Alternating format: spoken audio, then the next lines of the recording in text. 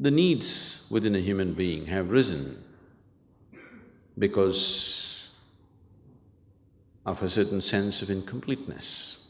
People are forming relationships to experience a certain sense of completeness within themselves. When you have a good relationship with someone dear to you, you feel complete. When you don't have that, you feel incomplete. Why is this so? Because this life, this piece of life, is a complete entity by itself. Why is it feeling incomplete? And why is it trying to fulfill itself by making a partnership with another piece of life? Fundamental reason is that we have not explored this life in its full depth and dimension.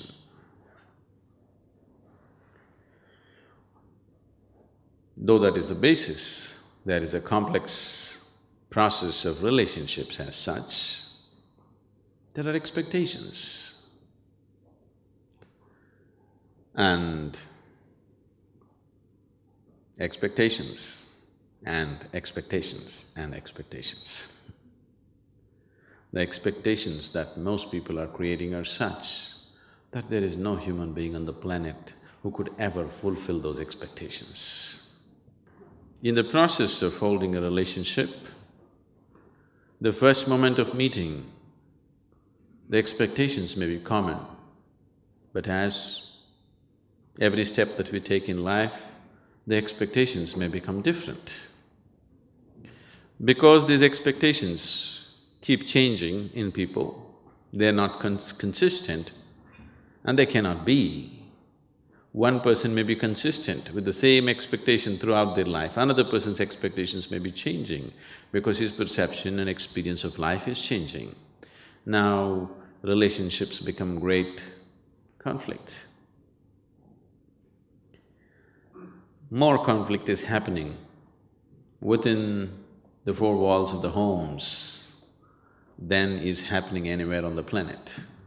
Only thing is, bombs are not exploding so you don't hear it. They may be giving each other silent treatment. It is happening because people's expectations are changing and they're not changing at the same pace. Fundamentally, why have we sought a relationship? Because you find yourself that without a relationship, if you do not have any kind of relationship in your life, then you become depressed. So, fundamentally you're seeking a relationship because you want to be happy, you want to be joyful. Or in other words, you're trying to use the other as a source of your happiness.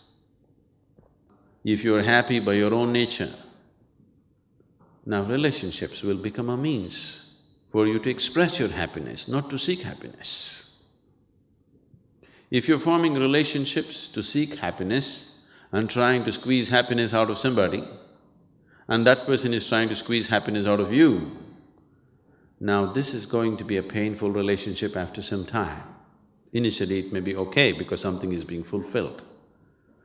But if you have become a joy by yourself and you're forming relationships because you want to express your happiness, nobody's going to complain about you because you're in the process of expressing your joy, not seeking joy from the other person.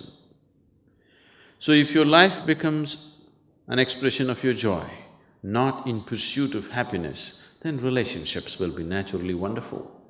You can hold 1,000,000 relationships and still hold them good. Now, this whole circus of trying to fulfill somebody else's expectations does not arise, because if you are an expression of joy, anyway they want to be with you.